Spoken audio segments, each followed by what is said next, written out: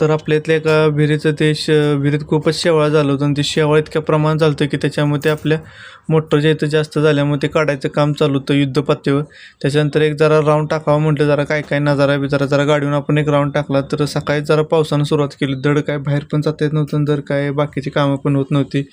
तेवढ्यातच एक कुरिअर आला आपला, आपण जे 2-3 दिवसापूर्वी मागवलं होतं लगेच ते कुरिअर आलं पण. आणि त्यात काय काय होतं तर ते असं होतं की गणपतीचं थोडंसं डेकोरेशनचं साहित्य होतं, ते आपल्याला मागवलं होतं जरा गणपतीसाठी. आणि त्याच्यात जरा हे गणपतीसाठी थोडे एक पडदे होते आणि त्यात लायटिंगच्या माळा वगैरे होत्या जरा, ते जरा थोडं आपलं युनिक डेकोरेशन असणार आहे. त्याच्यानंतर श्रावणी पहिला सोमवार असल्यामुळे आपण महादेवाच्या देवळात जाऊन दर्शन वगैरे घेतलं आणि आत पूजा चालली होती, ऐकून घ्या तुम्ही. सर्वज्ञान्तु देवतानुमंब परब्रह्मणहंत देवाय नमः स्वस्ति न इंद्रो भद्र स्वाहांत देवाय त्याच्यानंतर आपल्याला थोडं जरा गणपती बघायचं आहे होतं, म्हणतं गणपती ठरवून या, कारण परत चांगला मनासारखा गणपती मिळत नाही मूर्ती.